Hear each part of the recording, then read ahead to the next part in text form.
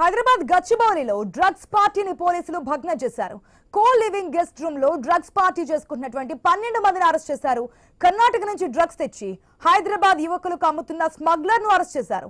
Drugs supply చేస్తున్న గుత్తా తేజకృష్ణతో పాటు Nigerian ను కూడా అదుపులోకి తీసుకున్నారు.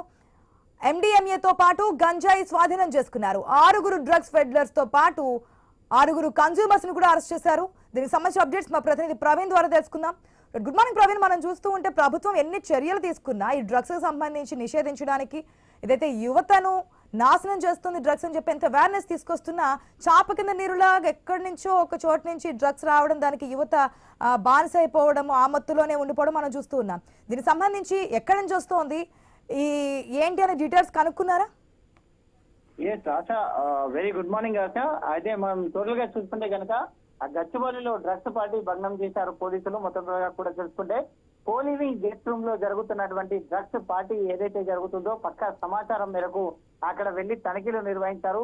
అయితే డ్రగ్స్ పార్టీ చేసుకుంటున్నటువంటి 12 మందిని కూడా అయితే పోలీసులు అరెస్ట్ చేశారు. అరెస్ట్ చేసినంత క్రమం లోపల కర్ణాటక నుంచి డ్రగ్స్ తెచ్చి హైదరాబాద్ ఆ యువకులకు అమ్ముతున్నట్లుగా కూడా ఈ యొక్క స్మగ్లర్లు ఎవరైతే ఉంటారో వాళ్ళని స్మగ్లర్లను కూడా అదుపులోకి తీసుకున్నారు. డ్రగ్స్ సప్లై చేస్తున్నటువంటి ఆ గుత్తా తేజకృష్ణతో పాటు నైజీరియన్ కు చెందినటువంటి ఒక వ్యక్తిని కూడా అరెస్ట్ చేయడం జరిగింది.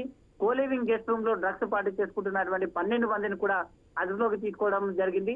ఆ డ్రగ్స్ పార్టీలో ఎండిఎంఏతో పాటు గంజాయి కూడా స్వాధీనం చేసుకున్నారు.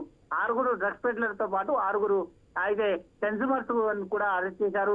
గుత్తా తేజకృష్ణ, నజీర్, అయితే వెన్నెల రవికిరణ్, మన్నే ప్రశాంత్, హర్షవర్ధన్ రెడ్డిని కూడా అరెస్ట్ చేసినట్టుగా తెలుస్తుంది. అదేవిధంగా ఆ సాజిద్ ను కూడా అదుపులోకి తీసుకున్నట్టుగా తెలుస్తుంది.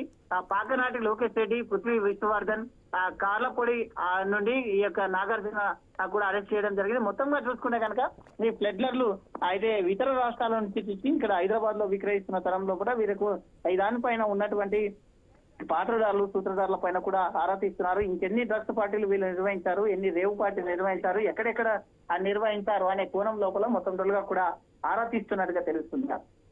Right Praveen, thanks for the update.